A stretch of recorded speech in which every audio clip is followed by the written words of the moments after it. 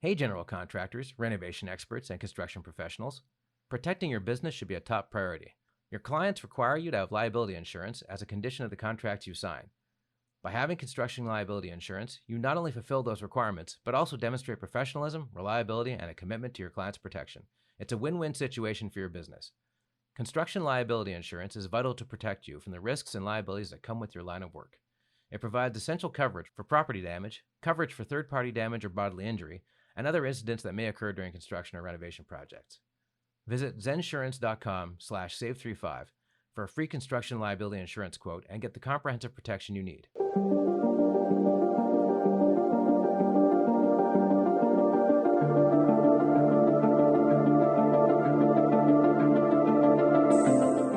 Hello and welcome to the Construction Record Podcast. I'm digital media Warren Frey, and with me today for our news segment is, DCN and JOC editor Lindsey Cole. as always, there is tons and tons of news happening this week. Let's start with the East. Lindsey, what's happening out there in Toronto and otherwise? There is tons and tons going on, Warren. It's never a dull moment, that's for sure. I thought I'd start with something kind of interesting that comes out of Toronto. We've reported on it back, I believe, in December 2022. So just kind of at the beginning or the end of last year, maybe beginning of this year. Either way, there's a development with it. So a micro tunneling boring machine uh, ended up getting stuck under Old Mhm. Mill Drive in Toronto. Um, Pretty nasty snag, I'd say. It got caught up in some old steel tiebacks that were there previously because of a condo development. So it's Okay. really entangled and ensnared. And originally, the cost was around $8.99 million to try to get this thing out.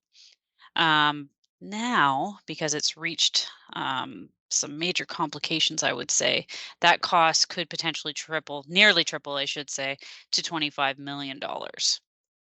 So it's quite a substantial increase from the original Yeah. amount. I mean, to make no bones about it. It's just kind of unfortunate, this whole story, because nobody wants to see those costs escalate, but at the same time, you got to get this thing out. There's no working around it, and it was being used as a way to help construct a new storm sewer along Old Mill Mhm. Drive. It was 900 millimeter diameter storm sewer as part of a certain program that Toronto has called the Basement Flooding Protection Program. So it it is needed. The whole machine was needed, and it was about 90%, 95% done its journey when it reached this snag. So it's really just, it seems like a series of unfortunate events that have led to this latest development on its budget. Mhm. So um I believe the cost still needs to kind of have final approval, but at the end of the day, this is considered emergency retrieval work. So chances are, I mean, it's going to be, it has to be removed. There's no working around it. So Right. we covered that based on the city reports, and we got a statement from the city. So it's a good update to the original story, and we will follow it through as it continues because they are hoping to have it out by August. So, but there were a lot of complications as they started to dig for this thing. They ran into a lot of groundwater issues. So, just seems like an unfortunate circumstance. But we certainly wanted to report on the fact that the cost has ballooned Oh, significantly. of course, yeah. Um, the other story that we have that I thought I would bring to your attention is we've had Jamie McMillan. We've been reporting on her for many years now. I remember she was one of my first forays into the women of construction topic. She was one of my first interviews. Fantastic woman and advocate for Mhm. youth in the trades. Very, She very driven, if her social very media is any indication. extremely driven. So she's the founder of KickAss Careers, but and that's not what this story is about. That's a fantastic initiative, but she's actually launched a new website and logo and brand. It's called Made in the Trades. You know how the saying is made in the Mhm. shade. Well, she's saying made in the trades because it completely changed her life for the better, and she's got it made because of it. But her intent behind this new brand is not to really engage with youth under this heading, but more so to engage with corporate audiences. So it's a little bit of a branching out. She's done all kinds of speaking engagements to high school students, to various initiatives, job fairs, etc. But she's over the years gotten asked to speak at some different events and whatnot to corporate audiences. So this is kind of a new branch off, if you will, for her, and she intends to be fairly candid and in her discussions about what she's experienced and others have experienced that she's talked to along the way, being an underrepresented person in construction. Um, and she's just really kind of hoping to shed some light as to what those who, in the upper tiers of a corporation can do to help make things Hmm. more inclusive. And um, she has a variety of sessions that she's going to be speaking about. I should say topics, not sessions. But so I wish her all the best. I think it's a great initiative. I think it's something that she can certainly speak to these specific groups about, and hopefully change some of the culture that's still occurring in construction. Is certainly getting a lot better, but it's definitely still happening. So we wish her all the best because she's been a long time listener and reader of the DCN, and someone we've followed her journey on. So pretty nice to see it progressing as it is. Fair to say a supporter of the JOC and DCN. Well, DCN specifically, she's in Ontario. Yes, but for sure, I would say both. Why not? Hmm. And then an upcoming story we have that is more of a national significance is Angela is working on a story that an Ipsos survey was conducted for the Canadian Construction Association, Hmm. and I don't think this finding is that shocking. 95% of those of respondents view Canada's trade infrastructure, um, as important, but they also say that it's a lot of it is in poor shape or bad shape. Right. Yeah, this doesn't sound. So, Yeah, it's not not a surprise. so we're going to be delving into the specifics findings of the survey, and Angela has spoken to Mary Van Buren on it as well, who is the president of the CCA. So it's just kind of I think it really supports CCA's message that they've been trying to get to the federal government on the importance of trade infrastructure and upgrading it and investments in infrastructure. Hmm. So certainly something to stay tuned there.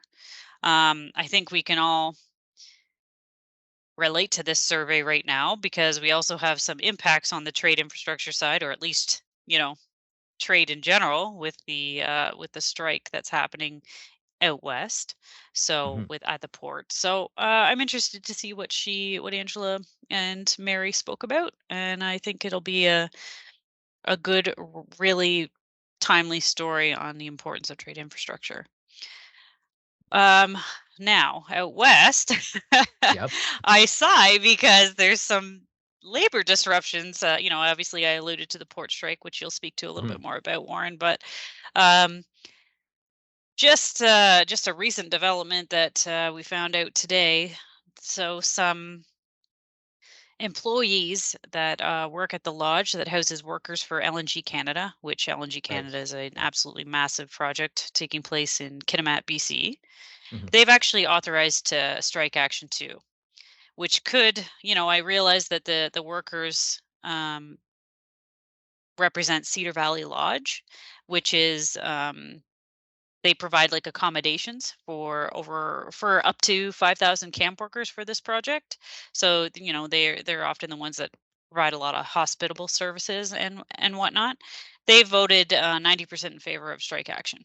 How does this relate to construction? Well, it relates to construction in the sense that this is one of the only places these workers can stay in Right. this in Yeah. this place. It's fairly isolated. Like Kitimat itself isn't. Well, it is kind of isolated, but then even more isolated is the actual site itself. So yeah.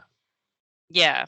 Well, this is it. So this is one of the only spots they can stay, and there's a potential disruption to construction should strike action occur. So we're watching that and seeing if there's any developments on that and where things sit. But essentially, the union says this would cause quote significant disruption on the $40 billion liquefied natural Mhm. gas export facility. So um, we'll see. I know the two sides are hopefully meeting and discussing things about wages and increases to wages for these workers if that's where they're at.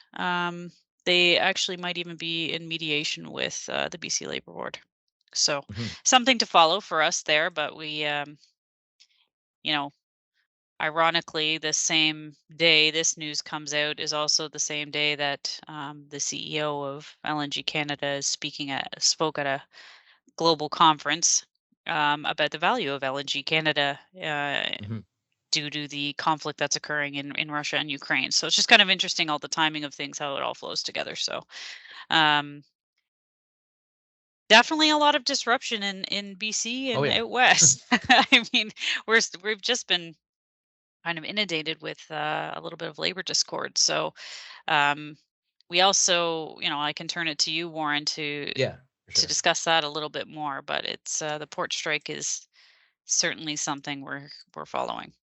Yeah, so I mean, a lot of people are probably familiar with the basics because it's a huge news story. But the International Longshore and Warehouse Union of Canada, they've been on strike, 7,400 members since July 1st. I believe they're also striking in Prince Rupert as well. And so basically, this is Port of Vancouver is Canada's busiest harbor. Like a lot of stuff comes through, presumably mostly from Asia, right? Because that's what we're the gateway for, including construction materials, amongst many other things, consumer goods, and all the rest of it.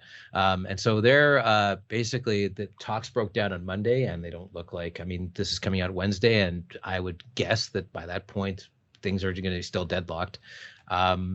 And if they aren't, well, great, but you're going to hear the deadlock version. Sorry, people. But what some of their issues are, they want more union jurisdiction over maintenance work at terminals. And part of that is that I guess there's a push to automate, which is happening at a lot of ports all over the world. And they're saying, okay, we can't stop automation, but we should at least get first crack at fixing these things when they break down. So that's part of it. There's a lot of back and forth. Now, our interview coming up with staff writer Evan Saunders and Independent Contractors and Businesses Association President Chris Gardner, we wanted to give like the union's take on this thing, which is that, yeah, what I've just said. And there's a lot of support too. They've had people from different unions all over the world come to Vancouver to talk on their behalf as well. We wanted to get that in because Chris Gardner's got the opposite view. He's open shop. He's well known as a open shop advocate. So of course, he doesn't union bash in this interview, but he's definitely going to give you the open shop view of it and how he sees it and what needs to occur from his end of things. So just to keep things balanced, we wanted to give you the union side of it as well. Yeah, absolutely. And I think he highlights some areas that are not up for debate. Like we know that there's implications that could happen for exports and imports when it comes to construction. Yeah, exactly. So, I mean, it's certainly an industry stakeholder perspective as it relates to our sector. So, but we just wanted to be fair to both sides. Of course, absolutely, including Chris's side, right? So with that, let's go straight to Evan's interview with Chris.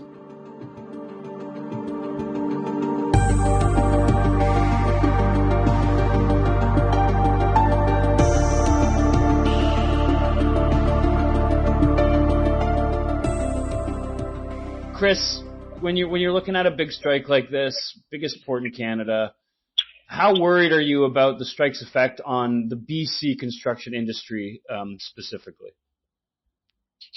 Well, the challenge that we have is that we're still dealing with the knock-on effects of the COVID-19 global pandemic. Mm-hmm. And so if you look at construction costs pre-COVID to where they are now, the StatsCan's residential construction cost index is up 50% from Q1 of 2020. That's crazy. To today. And so now, that not every market, that's a national average. Yeah. But if you go, okay, why is that? Well, everything, you've got there's a lot of factors that go into that. The increase in materials costs, so steel, lumber, mechanical parts, electrical parts, concrete. Then you've got the fees and the regulations that are imposed by government at all different levels, financing costs in the most recent months because of rising interest rates, and then the shortage of people putting pressure on timelines, schedules, and obviously wages. So if you think of some of the inputs that are now going to be affected, the mechanical equipment, the electrical parts, some of the plastic materials that are all imported, the fact that they now will be sitting in containers and not getting to job sites is going to put further pressure on project schedules. It will put and it will impact the whole process of finishing a project. Those delays will increase costs. And so the prospect of this, this is very significant. You mentioned that it was Vancouver's the largest port in the country. 25% of our goods that come in and out of Canada are going through Prince Rupert and the Port of Vancouver. Mm-hmm. So the concern that we have is that there's a national public interest here. Yeah. This is not an isolated labor dispute that will have limited effect either on a community or city or a province. This is national implications. Mm-hmm. And if you think about what happened in the fall of November of 2021, we had the historic floods. Every level of government moved very quickly to restore connectivity to the Port of Vancouver. The Port of Vancouver was shut off from the rest of the country by rail and road access for 7 days. And everybody sprung into action to get that port open again. By comparison, the government today seems to be almost cavalier about the response to this development. Mm-hmm. These statements that say, well, we hope the parties, get back to the bargaining table and, the best deals are cut at the bargaining table. That's all true. Everybody wants that. Yes, the best deals will come from the parties sitting down, but the parties have been sitting down across the table for 4 months. Yeah. And they have not been able to come to an agreement. Yeah. So I don't think a press release from a minister in Ottawa is going to somehow change the dynamic. Mm-hmm. And so government has a responsibility to act more forcefully than it has today, because the repercussions are going to be significant the longer this strike goes on. And when you're talking about the acute effects, it's really, it's all around the supply chain, getting materials, getting equipment to sites, to places. That's really what we're losing right now, right? On a construction industry scale, but also across the board. Yes, that's right. So construction materials that are coming in from abroad, it could be steel, it could be electrical components, mechanical equipment, paints, plastics, aluminum, you name it. Everything that's coming in is going to be sitting in containers out there, and then that's going to slow down projects. It will increase costs. And so the ripple effects are going to be significant. And if you think about what happened last month, it's not like we already have, what COVID-19 exposed was the fragility of our supply chain. Yeah. Let's put the floods aside. The floods crippled the supply chain. Yeah. But what COVID-19 demonstrated was that our supply chain is really pretty fragile globally and in this country. Mm-hmm. And look at what happened last month. The World Bank and S&P Intelligence put out a report, and they ranked 348 ports around the world in terms of operational efficiency. Mm-hmm. Mm-hmm. Out of the 348 ports, Vancouver ranked 347, and Prince Rupert was 342. So we've got a whole host of problems we need to deal with in terms of getting our ports competitive. Yeah. Because there's a reputational, the reputational damage that potentially can flow from the strike is such that, people are shipping goods to North America and using Vancouver or Prince Rupert can say, you know what, it's just not worth it. They don't operate that efficiently. Yeah. Now we've got labor disruption. We need to go somewhere that's where we're going to get our goods through that port faster and more efficiently and in a more cost effective way. So let's look at a different port. Let's look at Seattle. Let's look at LA. Let's think of other options. Mm-hmm. So it's not like the Port of Vancouver, the Port of Prince Rupert is the only choice. Yeah. And I think the government's losing sight of that by just sitting back in sort of a matter-of-fact way and saying, well, let's let the parties figure it out, when the parties have demonstrated over the last 4 months that they've been incapable of coming to an agreement. Yeah, so maybe, I think what I'm getting there is kind of, number one, if I get Rob Ashton on the phone, who's the president of the ILWU, and we've spoken before, I think you've raised a good point to me, but I might ask him, Do employees who are really rated the 6th worst in the world deserve a $8,000 a year raise, and how do you defend that? But yeah, like if you put it on performance and they're ranked 347 out of 348, that's not a record. But the other thing that and I think it's the same fellow because I saw the press conference on Sunday. He's the president. And he said, I'm asking, that my message to the government, stay out of our business. Well, it's not his business. Yeah. It's the nation's business. Yeah. And that's what they're losing sight of. Yeah. Now, there's a lot more at stake here than this is not an isolated labor dispute that between two parties that really isn't going to affect too many people. This is going to affect a nation of a G7 economy, 40 million people, 25% of our traded goods. We're reeling from the effects of record high inflation that we haven't seen in decades, and still reeling from the impact of the global COVID-19 pandemic. And the comment that says, well, stay out of our business. There's a national public interest here. Yeah. The government seems almost cavalier in how they're approaching this. And maybe there's a whole bunch of stuff going on behind the scenes, but I don't get that sense from every time, you get a statement out of the minister, it's, well, we think the party should go back to the bargaining table. Well, they've been at this for 4 months. Yeah, exactly. The strike wasn't the first thing. The strike was kind of at the end of an already not working system, so to speak. Yeah, and I think yesterday or the day before, the Employer Association called for binding arbitration. That's not a great signal that we're close to an agreement. Yeah. Yeah, totally. And I know, looking at this letter and, talking from you now, it seems like a lot of the business community, a lot of the just industry across the country is saying, let's get some back to work legislation going. Let's get them at the table while they're working, so to speak. Yeah, I just think it's, the risk of significant damage to our economy, significant damage to the reliability of Canada's trading partner. Yeah. The cost to the consumer, certainly in our industry, the cost of construction, we're already dealing with affordability that has spiraled out of control. You saw RBC put out a report a few weeks ago that said affordability may have reached a tipping point where we may not be able to bring it back to affordable levels in major centers.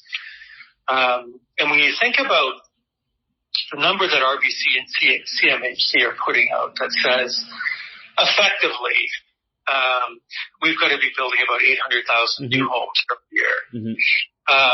And we haven't been able, last year we put on 220,000 new homes onto the market.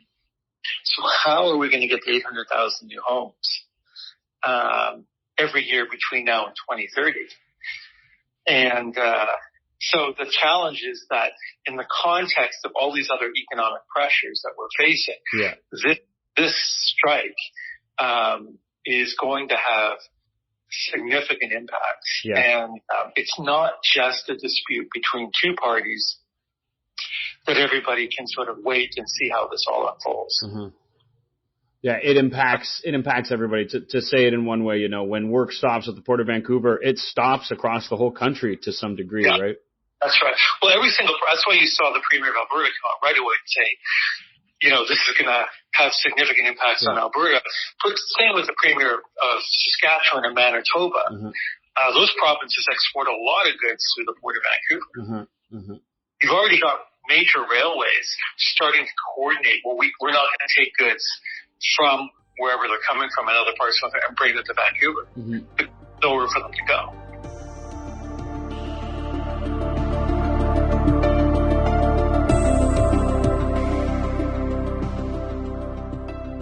And that's it for this week's Construction Record Podcast. Before we go, I'd like to highlight a few economic stories we've done. First of all, I'd like to highlight Alex Carrick and Michael Cook's latest podcast, episode 283, where they talk about tech, construction, AI, and the sort of intersection of the three.